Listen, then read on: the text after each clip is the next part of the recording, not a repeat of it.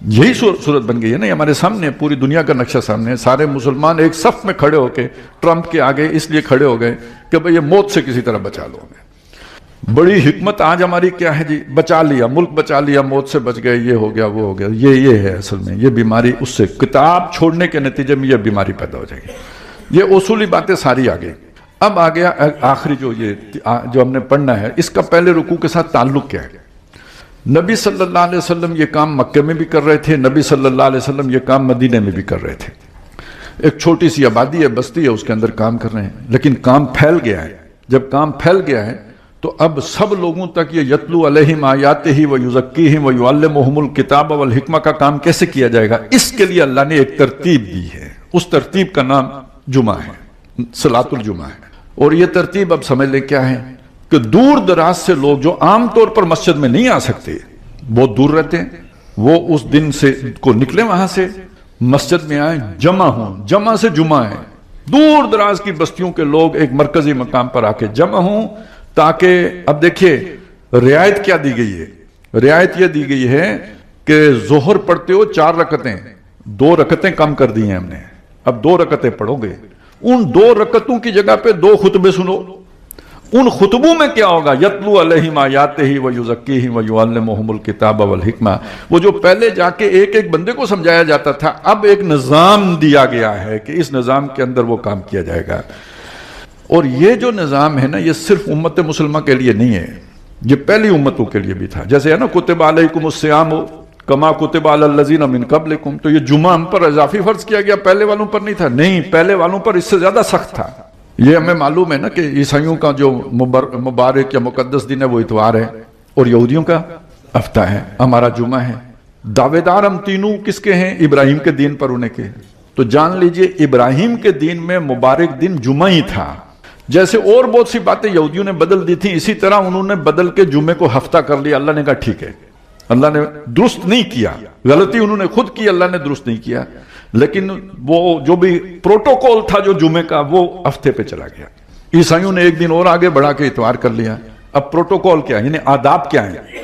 ان کے آداب یہ تھے کہ جو یہ ہفتے کا دن ہے، اس ہفتے کے دن کوئی کاروبار دنیا، پوری دن کوئی کاروبار دنیا نہیں کر سکتا. حرام. یہاں تک کہ کسی بیمار کی تیمارداری کے لیے بھی نہیں جا سکتے. تو اس سے زیادہ مشکل تھا یا نہیں؟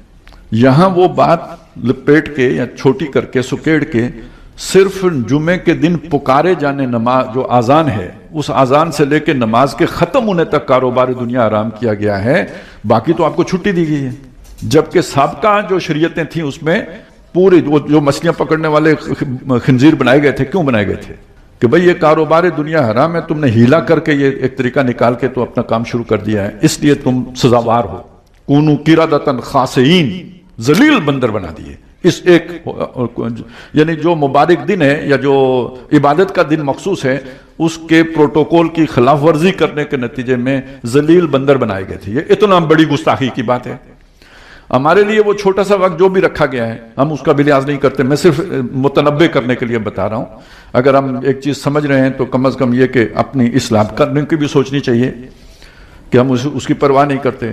اس وقت اگر کوئی T20 میچ ہو رہا ہو اور چھکے لگ رہے ہوں تو ہوا کرے نا آزان، پھر دیکھیں گے، بعد میں دیکھیں گے. تو یہ بہرحال یہ جرم کتنا بڑا ہے، صرف اس کو یہ ذہن میں رکھیں کہ جب یہودیوں نے اس کی خلاف ورزی کی، ان کے ایک گروہ نے، ایک طبقے نے، تو ان کو اللہ تعالیٰ نے ذلیل بندر بنا دیا. اور خلاف ورزی براہ راست نہیں کی تھی، ہیلا کر کے کی تھی. کوئی نہ کوئی اس کے اندر جو ہے نا کور رکھ کے کی تھی. ایک ہوتے ہیں نا بالکل گستاخی اور بالکل ہی جو ہے نا وہ صاف انکار، ایسا نہیں کیا. ایک ہوتا ہے ہیلا کر کے انکار کرنا، تو وہ ہیلا کر کے کیا تھا. اس پر اللہ اتنا غصہ ہوا کہ ان کو ذلیل بندر بنا کے رکھ دیا. تو ایک بات تو یہ سمجھ آ گئی آپ کو کہ یہ جمعے کا ہی دن تھا ابراہیم علیہ السلام کے دین میں. یہ بعد والوں نے اس سے انحراف کیا. محمد رسول اللہ صلی اللہ علیہ وسلم واپس پوری جو ہے نا اسلام پر لے کے آنے والے تھے، لہذا جمعے کے دن کو بھی آپ نے دوبارہ جاری فرمایا، وگرنہ یہ متروک ہو چکا ہوا تھا. ایک یہ بات ہو گئی. دوسرا فرق کیا ہو گیا؟ ان کے لیے پورے دن کاروبار دنیا حرام تھا. ہمارے لیے اللہ تعالیٰ نے ایک تھوڑا سا وقت جو نماز جمعے کا ہے، آذان سے لے کے نماز ختم ہونے تک، اس کو جو ہے نا حرام رکھا ہوا ہے. اس میں کوئی کاروبار دنیا نہیں ہو سکتا. اس میں ایک چھوٹا سا اختلاف ہے، پہلی آذان سے یا دوسری آذان سے، میں اس میں نہیں پڑھتا، میں صرف آپ کو یہ بات بتا رہا ہوں. البتہ پسندیدہ یہ ہے کہ جمعے کے دن کوئی خاص طور پہ اس کا جو پہلا حصہ ہے فجر سے لے کے نماز جمعہ کی ادائیگی تک کوشش کی جائے کہ کوئی کام نہ رکھا جائے سامنے. کوئی اضافی اپوائنٹمنٹ ہوتا ہے نا جی، آپ فارغ ہیں، چلیں جی آج میرا کوئی کام نہیں ہے، یہ کام کر لیں گے. تو جمعے کے دن کو اس کام کے لیے نہ رکھیں. اگر آپ فارغ ہیں تو اسے دین کی عبادت اور اللہ سے لو لگانے کے لیے رکھیں. بہت سارے کام ہیں، آپ نے صفائی کرنی ہے، جسم کی صفائی کرنی ہے، نہانا ہے، نئے کپڑے پہننے ہیں، یہ کام ہے. پھر یہ کہ اس دن جو ہے نا آپ نے سورہ کہف پڑھنی ہے، نبی صلی اللہ علیہ وسلم پر اضافی درود پڑھنا ہے. یہ جو پہلا حصہ ہے اگر اس کو آپ اس کے لیے خالص رکھیں گے تو یہ زیادہ پسندیدہ عمل ہے. مجبوری ہے، کوئی کسی کو کام کیے بغیر گزارا نہیں. کام کرے گا تو شام کو کھائے گا یا بچوں کو کھلائے گا، تو گنجائش اللہ نے رکھی ہوئی ہے. ہمارے ہاں یعنی ایک چھٹی کا مطالبہ تو کیا جاتا ہے، لیکن اس کے ساتھ کئی خباستیں چلی جاتی ہیں. آپ اس بات کو ذہن میں رکھیں کہ چھٹی اگر اتوار کی بجائے جمعے کے دن ہو تو مسئلے کیا آتے ہیں؟ ساری شادیاں منتقل ہو جاتی ہیں جمعے پر، کیونکہ چھٹی جمعے کو ہے. تو ملازمت میں تو چلیں وہ کام سے جان چھوڑانے کے لیے بھی بندہ کہتا ہے میں جمعہ پڑھنے جا رہا ہوں. شادی میں تو کہتے ہیں میں مصروف ہوں، جمعہ پڑھنے کیسے آؤں؟ تو یعنی وہ چھٹی سے زیادہ بری بات یہ بن جاتی ہے. اس کے علاوہ میچ سارے جمعے کو ہو جاتے ہیں، کیونکہ لوگ چھٹی پہ ہوں گے تو میچ دیکھنے آئیں گے. لہذا پی سی بھی وہ بھی جو ہے نا میچ سارے با اہتمام بتکلف جمعے کے دن رکھے گا کہ چھٹی ہونی چاہیے. تو اس اعتبار سے یہ جو جمعے کی چھٹی والا سوچ بہت اچھی ہے. دیکھیں اب یہ ہوتا ہے، سوچ کیا ہے کہ لوگوں کو کام نہ ہو، وہ جمعے کی روح کو پورا کریں اور ان کا جو ہے نا صبح سے لے کے دن لگائیں، صرف کریں، تیار ہوں اور مسجد میں جلدی آ جائیں، آ کے تلاوت کریں، نفل پڑھیں، ٹھیک ہے، واعظ سنیں، سوچ کے. لیکن ہوتا کیا ہے وہ میں نے آپ کو بتا دیا. تو جب یہ ہو رہا ہو تو پھر اس سے بہتر ہے کہ اتوار کو کر لو یہ سارا کچھ. جمعے کو جو ہے نا کم از کم اس کی حرمت تو نہ پامال کرو. تو ایک بات یہ ہے کہ یہ ذہن میں رہے کہ اگر اللہ تعالیٰ کسی کو فرصت دے تو کوشش کر کے جمعے کے دن کو عبادت ہی کے لیے مخصوص رکھنا چاہیے، خاص طور پر اس کے پہلے حصے کو، بجائے دوسری کسی مصروفیت میں الجھنے کے. البتہ یہ کہ جب جمعہ ادا ہو چکے تو اس کے بعد تو قرآن مجید نے اجازت دی ہے کہ اللہ کا فضل تلاش کرو. تو وہ ہمارے ہاں یہ بھی الٹی گنگا بہتی ہے کہ جو لوگ چھٹی بھی کرتے ہیں نا، خاص طور پہ کاروباری لوگ، پہلے حصے میں دکان کھولتے ہیں، جمعہ پڑھ کے کہتے ہیں آج جمعے کا، اس کے بعد چھٹی ہے. تو یہاں ترتیب الٹی ہے. پہلے حصے کو جو ہے اس طرف جو ہے نا آپ مخصوص رکھیں عبادت کے لیے، اور جب نماز ادا کر چکے ہیں تو جاؤ اللہ کا فضل تلاش کرو. اس میں کوئی فَإِذَا قُضِيَتِ الصَّلَاةُ فَانتَشِرُوا فِي الْأَرْضِ وَابْتَغُوا مِنْ فَضْلِ اللَّهِ. اب اللہ کا فضل جا کے تلاش کرو، اس کی چھوٹ دی گئی ہے. تو بہرحال یہ ایک چیز تو یہ آ گئی کہ جمعے کے جو آداب ہیں وہ کیا ہیں. اس میں ایک حدیث میں یہ بھی آتا ہے جو پہلے حصے میں آ گیا اس کو جو ہے نا اتنا بڑا ثواب ملے گا، آخری حصے میں بس انڈا باقی بچ جاتا ہے. وہ جب آخری اذان ہو گئی اور امام خطبے کے لیے کھڑا ہو گیا، رجسٹر بند ہو گیا، جبریل جو بھی فرشتے موجود تھے انہوں نے رجسٹر بند کر دیا. وہ تو جب بند ہو گیا تو پھر تو کچھ ثواب نہیں لکھا جائے گا. کم یہاں یہ ہوگا کہ چلے نماز ادا ہو گئی، گناہ نہیں ہوا. وگرنہ یہ کہ جو آپ نے اونٹ لینا تھا وہ تو پہلے حصے میں آنے کے نتیجے میں آپ کو ملنا تھا. یہ ترغیب دی گئی ہے، حرام نہیں کیا گیا. حرام میں نے آپ کو بتایا کہ وہ جو ہے نا اس ایک خاص جو چھوٹا سا وقت ہے وہ رکھا گیا، کاروبار دنیا. تو ہمیں رعایت دی گئی ہے، سہولت دی گئی ہے، آسانی پیدا کی گئی ہے، مشکل نہیں رکھا گیا ہے. اب آئیں کہ اس کا مفاد کیا ہے. ایک مفاد میں نے آپ کو بتا دیا، وہ یہ ہے کہ جس نے آپ کو وہ بات سنانی ہے اس کے لیے آسانی ہو جائے، جس کے ذمہ تھا تذکیر. لیکن اس تذکیر کی ضرورت کیوں ہے؟ ہر ہفتے تذکیر، ہر ہفتے یاد دہانی، ہر ہفتے جو ہے نا وہ خطبہ سنو، کیا ضرورت ہے اس کی؟ اللہ کے احکام میں ایک دفعہ سیکھ لیے بس جاؤ. آپ کو نماز پڑھنے کا طریقہ آ گیا، کہانی ختم، جاؤ اب پڑھا کرو. آپ نے سیکھ لیے، آپ نے روزہ رکھنے کے احکام سیکھ لیے، جاؤ اب کیا کرو. یہ ہر جمعہ اس کے لیے جو ہے نا جانے کی کیا ضرورت پیش آ گئی؟ یہ بات سمجھ لیں کہ دین جو ہے نا، جب ہم دین کی بات کریں گے اسی لیے یتلو علیہم آیاتہ ہی ہے ویزکیہم بھی ہے. تو وہ جو احکام کی تعلیم ہے وہ تو ایک دفعہ سیکھ کے بندہ سیکھ لیتا ہے. آپ نے سورہ فاتحہ یاد کر لی، یاد ہو گئی. آپ نے جان لیا کہ جی فجر کی 2 سنتیں ہیں، 2 فرض ہیں، آپ کو پتہ لگ گیا. پہلی رکعت میں یہ اس طرح پڑھتے ہیں، دوسری رکعت میں اس طرح، سب پتہ لگ گیا. ٹھیک ہے، وہ ایک دفعہ سیکھے. لیکن جو جذبہ عمل ہے، موٹیویشن ہے، وہ جو قوت ارادی ہے کہ میں یہ کام کروں، وہ کیسے ملے گا؟ نوکری تو آپ کریں گے کیونکہ بھوک روز لگتی ہے، ادھر کھا کے فارغ ہوں گے، تھوڑی دیر کے بعد پیٹ کہے گا حل من مزید، تو وہ تو بیٹھنے نہیں دے گا. ادھر بچے ہیں، بیوی ہے، لوگ ہیں، ہر طرف سے دباؤ ہے، کچھ کرو، کرنا پڑے گا، کرے کیے بغیر گزارا نہیں، کرنا چاہیں نہ کرنا چاہیں یہ تو کیا ہی جاتا ہے۔ اس کے لیے کسی جمعے کی ضرورت نہیں، کسی نبی کی ضرورت نہیں، کسی پیغمبر کی ضرورت نہیں، کسی مبلغ مسلح کی ضرورت نہیں، سب کریں گے۔ بلکہ وہ تو اب زمانہ تھوڑا بدل گیا، اب کہتے ہیں پہلے پاؤں پہ کھڑا ہو لے تو اس کے بعد شادی کرائیں گے۔ پہلے کوئی اگر کہے نا یہ بچہ ذرا ذمہ دار نہیں ہے، کہتے شادی کرا دو، خود ذمہ بوجھ پڑے گا تو ٹھیک ہو جائے گا۔ پرانی حکمتیں یہ تھیں، جب وزن آئے گا بوجھ پڑے گا تو ٹھیک ہو جائے گا۔ تو اس کا مطلب یہ ہے کہ یہ والے تو اللہ تعالیٰ نے اندر ایسی موٹیویشن رکھ دی ہے کہ بندہ کام کرتا ہے، ٹھیک ہو جاتا ہے، لیکن نماز کی طرف نہیں آنے کے لیے تیار ہوتا، روزے کی طرف آنے، اس کے لیے کوئی زیادہ بڑا جذبہ چاہیے ہوتا ہے۔ وہ ایک جگہ پہ ایک پیر صاحب جو ہے نا ایک دفعہ بات کر رہے تھے، وہ کہتے ہیں یار میرے پاس لوگ آتے ہیں، آ کے کہتے ہیں استاد جی دعا کریں میں نماز پڑھوں، استاد جی دعا کریں میں حج پہ جاؤں۔ کسی نے آج تک مجھے یہ نہیں کہا کہ دعا کریں میں دکان کھولوں، کہ دکان خود کھول لیتے ہیں۔ یہ سمجھ لیں کہ ہمارے اندر اپنی دنیا کی ضرورتیں پوری کرنے کا مادہ اندر موجود ہے، اس کے لیے باہر سے کسی کو سمجھانے کی ضرورت نہیں ہے، از خود ہے۔ لیکن جو دین کے کام ہیں اس کی طرف آنے کے لیے جو جذبہ محرکہ، وہ تحریک کے جو عمل پر آمادہ کرے، وہ اندر موجود نہیں ہے۔ اور اس تحریک کا دوسرا نام ایمان ہے، یقین ہے اللہ پر، آخرت پر۔ اس یقین کے بغیر وہ تحریک نہیں پیدا ہوتی۔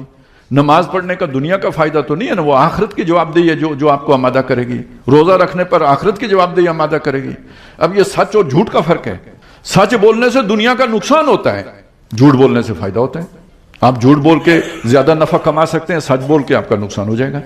دیانت امانت سے نقصان ہوتا ہے، خیانت سے لوگ جو ہے نا ارب پتی بن جاتے ہیں۔ دیکھ لیں آپ، آگے پیچھے دیکھ لیں۔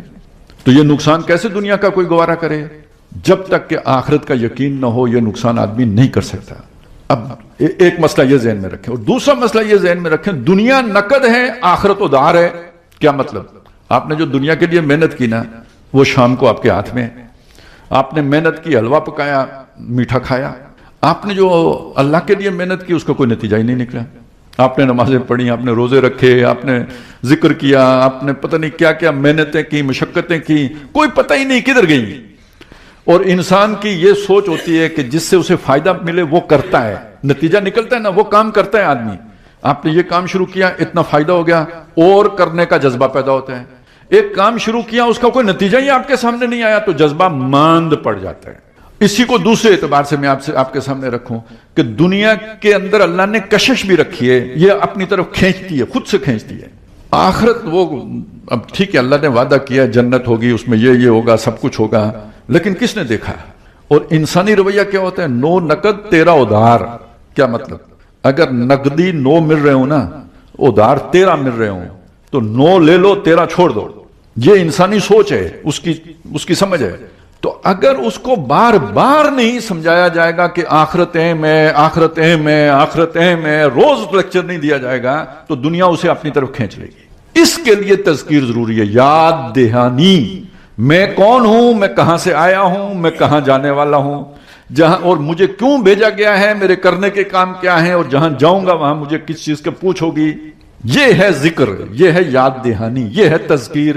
یہ کرتے رہنے کی شے ہے، کرتے رہنے کی شے ہے، کرتے رہنے کی شے ہے، نہیں تو غفلت طاری ہو جائے گی۔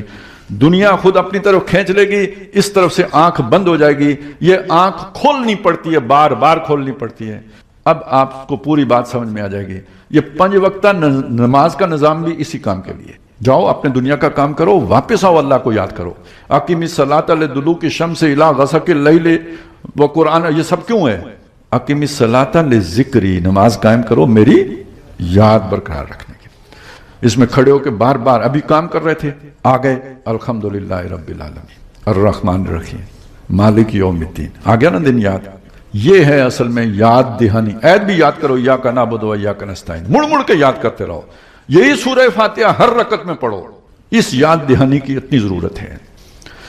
اور ایک بڑا دن بھی آ گیا، جمعے کا دن، اور اس جمعے کے دن یہ یاد دہانی اس سے بڑی سطح پر باقاعدہ ایک خطاب کے ذریعے سے کی جائے گی۔ اچھا، میں نے آپ کو ایک بات ابھی تک بتائی ہے نا، یہ کہ اگر یہ یاد دہانی نہ ہو تو غفلت طاری ہو جائے گی، دل کے اوپر دوسری چیزوں کے اثرات زیادہ، دنیا کے اثرات زیادہ ہو جائیں گے۔ اس کا نام ہے منافقت، نفاق کا پیدا ہو جانا۔ اگلی صورت ہے ہی سورہ منافقون، اور حدیث میں بھی ہے جس نے 3 جمعے نہیں پڑھے نا اس کے اوپر نفاق کا اثر آ جائے گا. یہ نہیں کہ منافق ہو جائے گا، لیکن نفاق کا اثر اس کے اوپر آ جائے گا. وہ تذکیر نہیں ہوگی تو دل کے غافل ہونے کا امکان پیدا ہو جائے گا. یہ ہے جسے سمجھنے کی ضرورت. جمعے کا اصل مقصد یہ ہے، اور اس کا تعلق ہے قرآن مجید کے ساتھ. ہمارے ہاں اب کیا ہو گیا ہے، وہ ایک علیحدہ کہانی ہے. وہ رہ گئی رسم اذان روح بلالی نہیں رہی، فلسفہ رہ گیا تلقین غزالی نہ رہی، وہ ایک علیحدہ بات ہے، لیکن اس کی اصل سپرٹ یہ ہے. اچھا، اب اسی میں ایک بات اور بھی سمجھ لیں، پھر ہم ترجمہ کر لیں گے. آج کل آپ نے ایک بات سنی ہوگی کہ ہمارے حکمرانوں کو، ویسے تو کہتے یہ ہیں کہ ریاست کا کوئی مذہب نہیں ہوتا. بڑے بڑے دانشوروں سے آپ نے سنا ہوگا ریاست کا کوئی مذہب نہیں ہوتا. جی ریاست کا مذہب سے کیا لینا دینا. بدنصیبی ہے جو لوگ ایک طرف یہ بات کر رہے ہوتے ہیں، وہی یہ بھی ہمیں کہتے ہیں کہ جمعے کا اہتمام تو ریاست کی ذمہ داری ہے، اور خطیب جو ہے نا وہ تو ریاست مقرر کرے گی، اور خطبہ تو وہ ہوگا جو حکمران بتائیں گے. سنا، یہ دونوں باتیں ایک ہی جیسے لوگوں سے آپ سنتے ہیں. تو اس بات کو سمجھ لیجئے، جو ریاست نبی اکرم صلی اللہ علیہ وسلم نے قائم کی تھی، جسے صحابہ کرام نے برقرار رکھا، خلفائے راشدین کے دور میں برقرار رہی، اس کا تو نظام یہی ہے. اس میں خطبہ جمعہ کون ارشاد فرمائے گا؟ نبی صلی اللہ علیہ وسلم. اور خلیفہ یا جو بھی جہاں مسجد ہوگی، خلیفہ کا جو نائب ہوگا، خلیفہ نے جسے مقرر کیا ہوگا، وہ یہ کام کرے گا. اور اب اس کے دو کام ہو جائیں گے، ایک تذکیر، اور دوسرا اس زمانے میں میڈیا تو نہیں تھا نا. میڈیا کو پانچواں ستون کہا جاتا ہے ریاست کا. کیوں؟ یہ کمیونیکیشن میڈیا ہے نا، اس حکمرانوں کی بات کو عوام تک یہ پہنچائے گی. اس زمانے میں یہ اس کے فورم مسجد تھی. کوئی ریاست کی پالیسی ہے، کوئی جو ہے نا وہ بات سمجھانی ہے، کہاں سمجھائیں گے، کب سمجھائیں گے، کیسے سمجھائیں گے؟ جمعے کو لوگ آئیں گے، بیٹھیں گے، اور خطیب جو ہے نا یا گورنر جو ہے یا جو بھی تحصیلدار ہیں وہ اپنی بات کرے گا. وہ سرکاری بات ہوگی، جو حکومت کی جو پالیسی ہے وہ لوگوں کے سامنے آ جائے گی. اسی طرح لوگوں کو کوئی اعتراض ہے، کوئی بات کرنی ہے، جیسے نہیں کچہری لگتی پبلک، وہ جو کچہریاں لگاتے، تو یہ جمعے کا موقع اور گورنر بیٹھا ہوگا مسجد میں، جس نے شکایت لگانی ہے آ کے لگائے، اویلیبل ہے، دستیاب ہے. تو وہ اس کے ساتھ یہ نظام بالکل یہی تھا.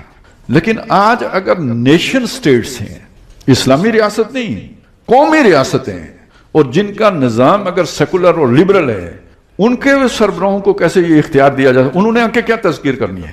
یخرجونہم من النور الی الظلمات. بھئی اس تذکیر کا مقصد کیا ہے؟ اللہ ولی الذین آمنوا یخرجہم من الظلمات الی النور والذین کفروا اولیاءہم الطاغوت یخرجونہم من النور الی الظلمات. یہ روشن خیالی کے نام پر یہ کیا کرتے ہیں؟ منکرات پھیلاتے ہیں. امر بالمعروف نہی عن المنکر کی جگہ امر بالمنکر نہی عن المعروف کرتے ہیں. تو ان کو اختیار دیا جائے گا کہ یہ آ کے جمعے پڑھایا کریں، یا ان کے لکھے ہوئے یا ان کے خریدے ہوئے دانشوروں کے جو ہے نا وہ مقالے علماء پڑھ کے لوگوں کو سنائیں گے، خطیب پڑھ کے سنائیں گے. تو پھر ہو گئی تذکیر. پھر تو جمعہ جو ہے نا الٹیاں پٹیاں پڑھنے کا ذریعہ بن جائے گا. تو اس وقت جو بھی حالات ہیں اس میں تو جمعہ جن کے پاس ہے انہی کے پاس ٹھیک ہے. ریاست کی پالیسی نہیں آئے گی، لیکن کوئی نہ کوئی تذکیر کا کسی نہ کسی درجے میں تو اہتمام ہوگا نا. بس یہ اس حوالے سے ذرا تمہیدی گفتگو میں آخری بات تھی. اب آ جائیں آیات کا ہم ترجمہ کر لیتے ہیں. فرمایا یا ایھا الذین آمنوا، بات یہ ایمان والوں سے، یہ کوئی جمعہ کافروں پر فرض نہیں ہے، ایمان والوں پر. اے وہ لوگوں جو ایمان لائے ہو، اذا نودی للصلاۃ من یوم الجمعۃ، جب پکارا جائے نماز کے لیے جمعے کے دن. ویسے جمعے کے دن عصر کے لیے بھی پکارا جائے گا، جمعے کے دن مغرب کے لیے بھی پکارا جائے گا، جمعے کے دن جو ہے نا عشاء کے لیے بھی پکارا جائے گا. لیکن یہاں جو مراد ہے وہ اصل میں جمعے کی نماز ہے، یعنی ظہر کی جو نماز ہے اس کی طرف جو ہے نا اشارہ کیا گیا ہے. جب پکارا جائے نماز کے لیے من یوم الجمعہ، جمعہ کے دن سے. اب اسی لیے من آ گیا نا، وہ پورا دن ہے، اس میں سے ایک خاص حصہ ہے جو جمعے کے لیے مخصوص ہے. فَاسْعَوْا إِلَىٰ ذِكْرِ اللَّهِ، صحیح کرو. اس کا ترجمہ آپ دوڑنا بھی کر سکتے ہیں، لغت میں اس کی گنجائش ہے، لیکن یہ کہ دوڑنے سے منع کیا گیا ہے، وہ آپ کے وقار کے خلاف ہے. اور یہاں اب اس کا آپ ترجمہ کریں گے کہ جلدی کرو، دیر نہ لگاؤ، فوری لپکو، اِلَىٰ ذِكْرِ اللَّهِ، اللہ کے ذکر کی طرف. اب یہاں دیکھیں، اب جمعہ کو کیا کہا؟ پہلے تو نماز کہا، اب کیا کہا؟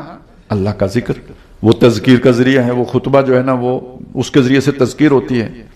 اور دوسرا اس کا ایک معنی آپ یہ اللہ کا ذکر جو ہے نا، اس کا مطلب ایک یہ بھی ہو سکتا ہے اللہ کی جو پہچان کرائی جا رہی ہے، اللہ کی جو معرفت بیان ہو رہی ہے، اللہ کے جو صفات کا بیان ہو رہا ہے، اللہ کی جو توحید کا بیان ہو رہا ہے، یہ بھی سارا ذکر اللہ میں آئے گا. آپ اللہ کو نہیں جانتے، آپ کو اللہ پہچان کروائی جا رہی ہے، تو یہ کوئی اللہ ہی کا ذکر ہے جو بلند کیا جا رہا ہے.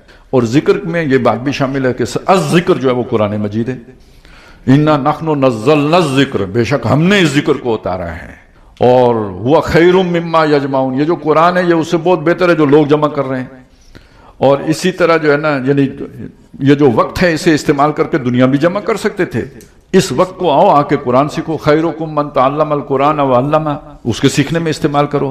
تو گویا جو ذکر قرآن سیکھنے میں بھی وقت استعمال ہو رہا ہے وہ بھی در حقیقت اللہ کے ذکر ہی میں لگ رہا ہے، یہ بھی ذکر ہے. تو جو وہ واعظ ہو رہا ہے، جو نصیحت ہو رہی ہے، وہ سب اللہ کا ذکر ہے. اس کی طرف دوڑے چلے آؤ، یعنی جلدی سے آ جاؤ اس کی طرف، فوری طور پہ پہنچو. اس زمانے میں یہ گھڑیوں کا تو سسٹم تھا نہیں نا کہ 1:15 اور 36 سیکنڈ پہ نماز کھڑی ہوگی، یہ نظام تو نہیں تھا. بس وہ آپ کو ایک اندازہ ہوتا تھا، اور سب سے بڑا اندازہ اذان کی آواز ہے. وہ جب آواز گونجی تو اب اپنے کام کاج چھوڑو اور فوراً پہنچو مسجد کی طرف. یہ فوراً کی ایک وضاحت ہے بڑی اچھی ہے کہ ازواج مطہرات نے یہ اپنا تبصرہ بیان کیا ہے کہ نبی صلی اللہ علیہ وسلم ہمارے ساتھ تشریف فرما ہوتے، گھر کی باتیں جیسے ہوتی ہیں اس طرح ہو رہتی، کھیل کی بات، ہر طرح کی شغل کی بات. آذان کی آواز جو ہی کان میں پڑتی تو یوں اٹھ کر چل دیتے جیسے ہمیں پہچانتے ہی نہیں. یہ ہے جلدی کرنا. گویا آپ تیار ہو کے بیٹھے ہوئے ہیں، یہ نہیں کہ اب آذان سنیں گے تو وضو کریں گے تو باقی یہ تمام، وہ پہلے سے تیار ہو کے بیٹھے ہیں. جو ہی آذان کی آواز آئی اٹھ کے مسجد کی طرف چل دیے. یہ ہے فسعوا الی ذکر اللہ وذروا البیع، خرید و فروخت چھوڑ دو. وہ جو میں نے آپ کو بتایا پرانی امتوں کے لیے پورا دن حرام تھا، ہمارے لیے وہ ایک تھوڑا سا وقت ہے جو حرام کیا گیا ہے. کاروبار دنیا. ذالکم خیر لکم ان کنتم تعلمون، یہ تمہارے حق میں بہت بہتر ہے اگر تم سمجھو، اگر تمہیں علم ہے، تمہیں سمجھ ہے، تم اس پورے تصور سے آگاہ ہو تو یہ اسی میں تمہارے لیے بھلائی ہے. اچھا یہ کس کے تقابل میں کہا گیا؟ کہ آگے وہ واقعہ بھی آ جاتا ہے. عام بات یہی ہے، ایک طرف ہو سکتا ہے ادھر سے آزان ہوئی، ادھر سے گاہک آ گیا، اور گاہک بھی اچھا بلا موٹی آسامی آ گئی. اب جو دکاندار ہے اسے خیر کس میں معلوم ہوگا؟ ہاں اس میں نہیں ہے خیر، وہ اب آزمائش ہے، اب وہ تمہارا امتحان ہے. خیر ادھر ہے تو بھائی یہی چھوٹا سا امتحان اللہ نے لینا ہے، اور یہ ہر آدمی کا روز ہوتا رہتا ہے. ایک طرف اللہ کی پکار ہوتی ہے، ایک طرف دنیا کا تقاضا ہوتا ہے. دیکھتے ہیں کون سرخرو ہوتا ہے، کون ناکام ہوتا ہے. یُنَبَّأُ الْإِنسَانُ يَوْمَئِذٍ بِمَا قَدَّمَ وَأَخَّرَ، اس دن انسان کو یہی تو بتایا جائے گا کہ آگے کس کو رکھا تھا اور پیچھے کس کو ڈالا تھا. فَإِذَا قُضِيَتِ الصَّلَاةُ فَانتَشِرُوا فِي الْأَرْضِ، اور جب نماز ادا ہو جائے تو منتشر ہو جاؤ زمین میں. وَابْتَغُوا، اچھا اس سے مجھے ایک بات یاد آئی، ڈاکٹر اسرار احمد رحمۃ اللہ علیہ سنایا کرتے تھے. وہ کہتے تھے وہ کہیں کسی باہر کسی ملک میں تھے، پتہ نہیں امریکہ میں یا کینیڈا میں، کسی اس طرح کے ملک میں تھے، تو وہاں پہ کسی قادیانی نے ان سے یہ بات کی کہ یہ جو صلاۃ ہے نا یہ تو نظام ہوتا ہے، اس سے مراد یہ جو 5 وقتہ نظام ہے یہ نہیں ہے، بلکہ یہ جو حکومتی نظام ہے اس کو صلاۃ کہتے ہیں. تو ڈاکٹر صاحب کہتے ہیں قدرتی اللہ کی طرف سے میرے ذہن میں یہ آیت آئی، تو میں نے اسے کہا کہ اچھا اس کا یہ مطلب ہے جب نظام قائم ہو جائے، قضیت الصلاۃ، پھر مطلب یہ ہوگا نا نظام قائم ہو گیا تو تم سب بھاگ جاؤ ملک چھوڑ کر، فانتشروا فی الارض، زمین میں منتشر ہو جاؤ. تو کہتے بالکل چپ ہو کے رہ گیا. تو یہ اصل میں یہاں دیکھیں بات بالکل واضح ہو رہی ہے، یعنی نماز کا یہی نظام ہے جو ہمیں دیا گیا ہے محمد رسول اللہ صلی اللہ علیہ وسلم کے ذریعے سے، اور تواتر امت سے جو ثابت ہے وہ یہ نظام ہے. اسی کو یہاں پہ نماز کہا گیا ہے. اور یہ جب یہ نماز ادا ہو چکے اب تم جاؤ، یعنی جدھر سے آئے تھے اپنے کاموں پہ واپس جا سکتے ہو، اپنے کام کرو جا کے. منتشر ہونے سے مطلب یہاں پہ یہی ہوگا نا کہ ایک آدمی دکاندار تھا وہ اپنی دکان پہ جائے، دوسرا جو ہے نا وہ کھیت سے آیا تھا وہ کھیت میں جائے، جو کسی جو ہے نا وہ کچہری سے آیا تھا وہ واپس کچہری میں جائے. منتشر ہو گئے، اپنے اپنے کاموں پہ چلے گئے. وَابْتَغُوا مِنْ فَضْلِ اللَّهِ، اور اللہ کا فضل تلاش کرو، متلاشی بنو اللہ کے فضل کے، یعنی یہ کہ کاروبار دنیا. یہاں اللہ کا فضل کسے کہا؟ اب دیکھیے اسی صورت میں شروع میں اللہ کی ہدایت کو فضل کہا گیا تھا، ذَلِكَ فَضْلُ اللَّهِ يُؤْتِيهِ مَن يَشَاءُ. تو وہاں فضل سے مراد کیا ہے؟ جس کو اللہ نے کتاب دی، جس پر اللہ نے ہدایت کے دروازے کھولے، اس پر اللہ کا فضل ہوا ہے. وہ اللہ اس فضل سے نوازتا ہے جس کو چاہتا ہے. اب یہاں فضل کس کو کہا؟ یہ جو دنیا کا رزق ہے، جو دنیا کے فائدے ہیں، وہ بھی کس کا فضل ہے؟ وہ بھی اللہ کا فضل ہے. لیکن ان کا تقابل کیا ہے؟ جب دونوں آمنے سامنے آ جائیں تو وہ خیرون، وہ جو فضل ہے وہ بہت بہتر ہے اس فضل سے جو اللہ نے دنیا میں دے رکھا ہے. برا یہ بھی نہیں ہے، لیکن جب تقابل کیا جائے گا تو اس سے وہ بہتر ہوگا. کیوں؟ صاف بات ہے یہ فنا ہونا ہے، جس کو بقا تو نہیں ہے، وہ ساتھ جانا ہے، وہ آخرت میں بھی کام آنا ہے، یہ یہیں پہ رہ جانا ہے. والباقیات الصالحات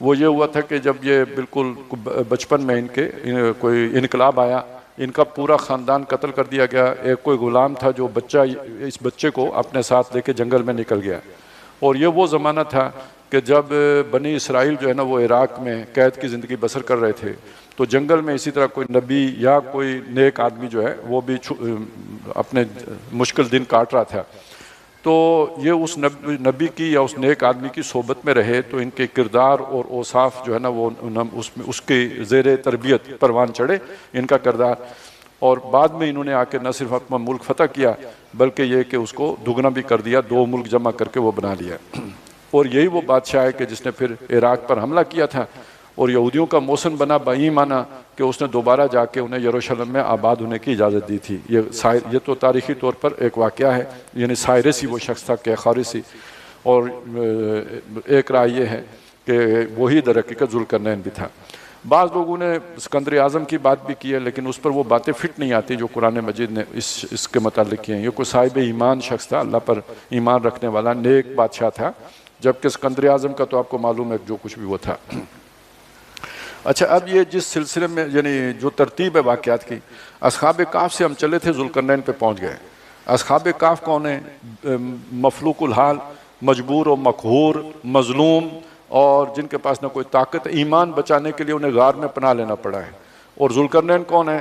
صاحب ایمان بادشاہ ہے، قوت ہے، اقتدار ہے، تسلط ہے، سلطنت ہے. تو گویا یہ اشارہ کر دیا گیا کہ اگر ایک وقت جیسے نبی صلی اللہ علیہ وسلم غار ہرا سے نکلے، پھر غار ثور سے ہوتے ہوئے ایک وقت فاتح کی حیثیت سے مکے میں داخل ہوئے، درجہ بدرجہ بات وہاں تک پہنچی، تو وہ تو ایک زندگی میں ہو گیا. لیکن جو اسلام کی نشت ثانیہ ہوگی، یہ رات چھا جائے گی اور رات کے بعد جو دوبارہ صبح آئے گی تو وہ درجہ بدرجہ ہوگی. بلکہ یہ رات چھا جائے گی سے مجھے یاد آیا کہ میں آپ کے سامنے کم از کم یہ بات بھی رکھ دوں کہ اگر یہ پورا دیکھیں نا، آدم علیہ السلام سے لے کے جو پوری تاریخ ہے، اس کے درمیان یہ آیا نا وَإِذْ قُلْنَا لِلْمَلَائِكَةِ اسْجُدُوا لِآدَمَ، تو پوری تاریخ کو اگر آپ دیکھیں تو نبی صلی اللہ علیہ وسلم سے جو پیچھے کی تاریخ ہے اسے قرآن مجید جو یہ قرآن یعنی ہدایت کی جو روشنی ہے اسے چاند سے موسوم کرتا ہے. کَلَّا وَالْقَمَرِ وَاللَّيْلِ إِذْ أَدْبَرَ وَالصُّبْحِ إِذَا أَسْفَرَ. یہ سورہ مدثر میں آپ کو 3 آیات ملیں گی. اس کا ایک معنی یہ کیا گیا ہے کہ نبی صلی اللہ علیہ وسلم سے پہلے جو ہدایت کی جو روشنی تھی وہ چاند کی چاندنی کی مانند تھی. عیسیٰ علیہ السلام پر آ کے وہ رک گیا، وہ چاند بھی جو ہے نا چمکنا رک گیا. اور اس کے بعد یہ 600 سال کا جو ہے نا فترت کا زمانہ ہے، یہ گویا رات ہے. لیکن اب وہ رات پیٹھ موڑ رہی ہے. وَاللَّيْلِ إِذْ أَدْبَرَ، اب وہ رات واپس جا رہی ہے. وَالصُّبْحِ إِذَا أَسْفَرَ، اب صبح طلوع ہو رہی ہے.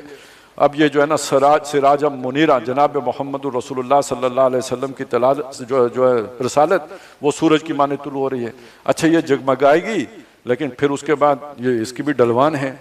اب وہ جو ڈلوان جو بالکل دن رات میں ڈلا ہے وہ جا کے کب ہوا؟ وہ سورہ انشقاق کا مضمون ہے کہ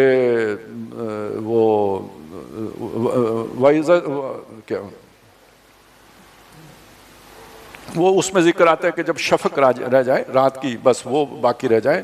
فلا اقسم بالشفق، تو نہیں میں قسم کھاتا ہوں شفق کی، یعنی سورج غروب ہو چکا ہے، تھوڑی دھندلی سی روشنی کچھ باقی ہے، ٹمٹماتی روشنی باقی ہے. گویا آپ وہی جو غار میں بیٹھنے والا عمل ہے وہ شروع ہو گیا. غار میں جتنی کچھ روشنی آتی ہے اتنی سی روشنی ہے، باقی دن اب غروب ہو چکا ہے. وَاللَّيْلِ وَمَا وَسَقَ، اور رات ایسے چھا جائے جیسے سب کو اس نے اپنے اندر ڈھانپ لیا ہو. پوری دنیا میں ایک ہی خبیث تہذیب چھا گئی، وہ اسی پر مبنی نظام سیاست، اسی پر مبنی نظام معیشت، اسی پر سماجی نظام مبنی، سب ہر طرف ایک ہی تہذیب جو ہے وہ غالب ہو گئی. گویا اسلام مغلوب ہو گیا. جیسے رات چھا جاتی ہے پوری طرح ہر شے کو اپنے اندر سمیٹ لیتی ہے، اس طرح نیکی کی ہر بات اس خباثت کے نیچے سمٹ کے اور دب کے رہ گئی. لیکن والقمر اذا اتسق، اور قسم ہے چاند کی جو آہستہ آہستہ پورا ہوتا ہے. پہلی رات میں تھوڑا سا، پھر اگلی رات میں اس سے اور بڑھ جاتا ہے، کرتے کرتے 14ویں کا پورا گولا. یہ جو میں نے آپ کے سامنے مجدد الثانی سے عمل شروع کیا اور یہاں تک پہنچایا، تو یہ در حقیقت وہی درجہ بدرجہ اللہ نے بڑھا کے یہاں تک پہنچایا. اور اس کے بعد کیا ہے؟ لَتَرْكَبُنَّ طَبَقًا عَنْ طَبَقٍ، یعنی ہم تمہیں اٹھائیں گے درجہ بدرجہ. یہ جو دوسری اٹھان ہوگی، نشت ثانیہ جو ہوگی، یہ صدیوں پر محیط عمل ہے جس کے نتیجے میں یہ ہوگا. اب یہ پورا پروسیس ہم سمجھ لیں تو ہوگا کیا؟ آج ہم ایک جگہ پہ کھڑے ہیں، آج ہم احیاء اسلام کی بات کرتے ہیں، آج ہمارے پاس ایٹمی ٹیکنالوجی ہے، آج ہمارے پاس پورا استدلال ہے مغرب کے مقابلے میں پیش کرنے کے لیے کہ سیاسی نظام کون سا اچھا ہے، معاشی نظام کون سا اچھا ہے۔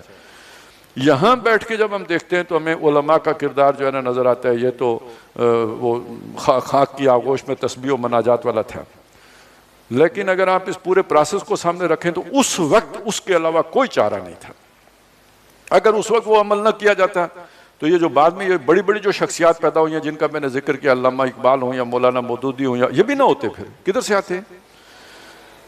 تو ہر موقع پر جو اس وقت جو کام کر رہا ہے اس کی اہمیت ہوگی، اور جب اس سے اگلے مرحلے میں جائیں گے وہاں سے نیچے دیکھیں گے وہ آپ کو گھٹیا نظر آئے گا، لیکن آپ اس موقع کے اعتبار سے دیکھیں گے تو اس وقت اس کے علاوہ کوئی کام نہیں تھا جو ہو سکتا تھا۔ اسی طرح جب آپ دیکھیں تحریک پاکستان، یہ کن لوگوں نے برپا کی تھی؟ وہ ایک طنز کیا جاتا ہے نا کہ مسلم لیگ کے جو ہے نا وہ چلیں جو بھی الفاظ استعمال کیے جاتے ہیں، یعنی کوئی صاحب کردار لوگ تو نہیں تھے، ان میں وہ شرابی کبابی بھی تھے اور لچل وننے بھی تھے، ہر طرح کے لوگ شامل ہو گئے تھے، اور تحریک انہوں نے برپا کی ہوئی تھی۔ تو اگر وہ یہ نہ کرتے تو انڈیا ہندو کے مقابلے میں آپ کیسے وہ طاقت پکڑتے کہ ملک بنانے کے قابل ہوتے؟ یعنی پہلے لوگوں کو نیک بناؤ تو پھر یہ سارا کام ہوگا، یہ اس وقت اتنا ٹائم ہی نہیں تھا نیک بنانے کا، اور وہ اللہ تعالیٰ نے دوسرے ذریعے سے کر دیا۔ اور دوسرے ذریعے سے وہ بات بلکہ رہ گئی تھی کہ پنجاب تربیت میں جو پیچھے رہ گیا تھا، تو صرف ایک مولانا مودودی ہی نہیں آئے، پھر یہاں پہ بہت اللہ تعالیٰ نے مختلف جو گروہ کھڑے کیے۔ اس کا نتیجہ کیا ہے؟ اس کا نتیجہ یہ ہے کہ پنجاب ہی نہیں، ہمارے پورے ملک کی جو مڈل کلاس ہے نا، اس کے لاشعور میں دین کا یہ تصور جا کے بیٹھ گیا۔ کریں نہ کریں عمل علیحدہ بات ہے، لیکن دین کے لاشعور میں ان کے لاشعور میں یہ بات بیٹھی ہوئی ہے کہ دین اپنا غلبہ چاہتا ہے، دین بلند جو ہے اقامت دین ہو چاہیے، اللہ کا دین نافذ ہونا چاہیے۔ اور اب اس پہ ایک بات اور سمجھ لیں، اشرافیہ آپ کی ایک علیحدہ، وہ جو بھی یہاں کے لینڈ لارڈ تھے اور جاگیردار تھے یا پھر وہی سرمایہ دار بن گئے، وہ ایک علیحدہ کلاس ہے۔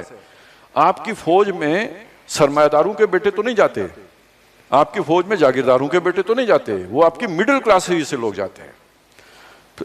تربیت ان کی وہ ہو جاتی ہے، ظاہر ہے وہ اب آپ ایبٹ آباد میں جائیں گے یا جس بھی کالج میں، وہ پھر کرتے کرتے انہیں اس رنگ میں ڈالتے ہیں ضرور، لیکن یہ کہ وہ جو ہے نا وہ جاتے نیچے سے، بعد میں ان میں خواہش پیدا ہو جائے لینڈ لارڈ بننے کی تو ایک علیحدہ بات ہے، پھر وہ کرپشن بھی کریں گے۔ وہ جو پیدائشی سونے کا چمچ لے کے پیدا ہو اس کا لالچ کم ہوتا ہے، محروم جو ہوتا ہے اس کا زیادہ ہوتا ہے، وہ بات علیحدہ ہے۔ لیکن اس کے بھی وہ جو اشرافیہ ہے اس کے ہاں وہ سوچ نہیں ہے کہ دین کو غلبہ کرنا ہے، لیکن یہ جو مڈل کلاس ہے اس کے تحت شعور میں وہ سوچ موجود ہوتی ہے، کسی نہ کسی درجے میں موجود ہوتی ہے۔ اور یہ اب اللہ کی طرف سے ہوا کہ اس ملک میں سب سے زیادہ سٹیک اب نہ جاگیرداروں کے رہے ہیں نہ سرمایہ داروں کے رہے ہیں، جتنے کے جنرلوں کے پیدا ہو گئے ہیں۔ تو انہوں نے تو اپنے سٹیج کے لیے بھی ملک بچانا ہی ہے، تو اگر انہوں نے ایٹم بم فرض کریں اپنے لیے بھی بنایا ہو، ساتھ وہ کہیں دبی ہوئی سوچ بھی ہو، تو جب مشکل وقت آتا ہے تو انہیں بھی لا الہ الا اللہ یاد آتا ہے قوم کو جگانے کے لیے، اٹھانے کے لیے۔ ابھی جیسے آپ نے مئی کے اس میں دیکھا، وہ دین کا اس طرح ایک جو ہے نا، بلکہ اب وہ ریورس ہو گیا سارا کام ہی۔ مشرف کے دور میں ایسی صورت بنی تھی کہ فوج کے اداروں کے اندر جتنی بھی اکیڈمیاں ہیں یا ان کے تربیتی جو کالجز ہیں، ان کے اندر آپ دو قومی نظریے کی اور نظریہ پاکستان کی بات نہیں کر سکتے تھے۔ وہاں پہ گامدی صاحب کا توتی بولتا تھا، اور وہ اس پوری فکر کو ایک یعنی وہ کہتے تھے یہ ساری دہشت گردی نے اس سے جنم لیا ہے، اور یہ تو ہماری اسلاف میں ملتی ہی نہیں۔ یہ پہلا شخص جو ہمیں نظر آتا ہے یہ بدعت ایجاد کرنے والا وہ شاہ ولی اللہ ہے، اور بعد میں مودودی صاحب اور علامہ اقبال، انہوں نے یہ فتنہ پیدا کر دیا ہے۔ یہ سوچ تھی، یہی ان کو پڑھائی جا رہی تھی، لیکن یہ کہ اب اس میں بہت بڑی تبدیلی آ گئی ہے۔ معلوم ہوا کہ اس سوچ کے ساتھ تو اب زندہ ہی نہیں رہ سکتے، مقابلہ کیسے کریں گے دشمن کا؟ تو اب وہ بالکل ریورس ہو گیا ہے۔ اب دو قومی نظریے کی بات شروع ہو گئی ہے، آیتیں پڑھی جا رہی ہیں جی۔ ہم نے تو وہ دور بھی دیکھا ہے قل هو اللہ احد بھی کسی کو نہیں آتی، سورہ اخلاص سے بھی محروم طبقہ حکمران تھا، اب آیتیں پڑھی جاتی ہیں، پوری جو ہے نا وہ صورتیں پڑھی جاتی ہیں، تو یہ فرق پڑ گیا ہے وہی۔ لیکن ہو رہا ہے درجہ بدرجہ، اللہ تعالیٰ جو ہے نا درجہ بدرجہ اس طرف لے کے جا رہے ہیں۔ پہنچنا کہاں ہے؟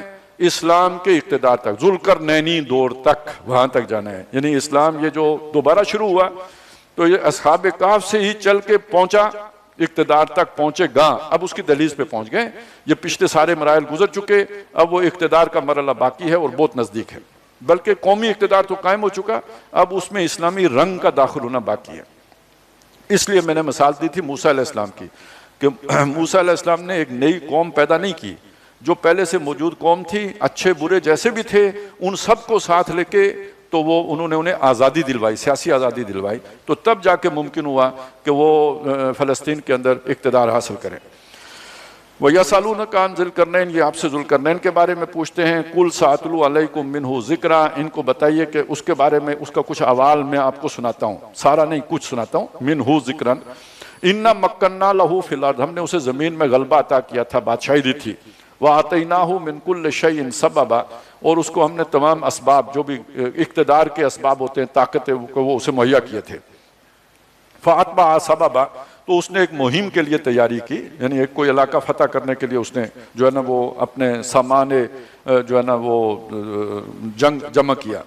حتیٰ اذا بلغ مغرب الشمس، یہ اگر ایران سے چلے ہیں مغرب کی طرف چلے ہیں تو یہ ترکی کی جانب گئے ہوں گے، اور عام طور پہ یہ ایران کی جو فتوحات کا سلسلہ ہوتا تھا تو یہ قسطنطنیہ تک جاتا تھا، اور مولانا ابوالکلام کی رائے یہی ہے کہ وہ ترکی تک انہوں نے فتح کیا، اس قسطنطنیہ تک۔ حتیٰ اذا بلغ مغرب الشمس، یہاں تک کہ جب وہ سورج غروب ہونے کی جگہ پہ پہنچے، وجدہا تغرب فی عین حمیۃ، تو اسے پایا، یعنی خشکی ختم ہوئی، آگے سمندر تھا، تو اس سورج کو پایا کہ وہ غروب ہو رہا ہے ایک ندی میں، ایک چشمے میں غروب ڈوب رہا ہے۔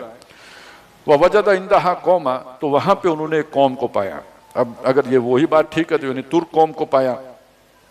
قلنا یا ذوالقرنین، ہم نے کہا اے ذوالقرنین، ان یاجوج اما ان تعذب و اما ان تتخذ فیہم حسنا، اگر تم چاہو تو یہ جو اب تم نے جن کو فتح کر لیا ہے، جو اب تمہارے غلام ہیں ایک طرح سے، چاہو تو ان کے ساتھ اچھا سلوک کرو، اور چاہو تو ان کو جو ہے مصیبت میں ڈالو، عذاب دو، ٹیکس لگاؤ اور سزائیں دو، تمہارے اب اختیار میں ہیں۔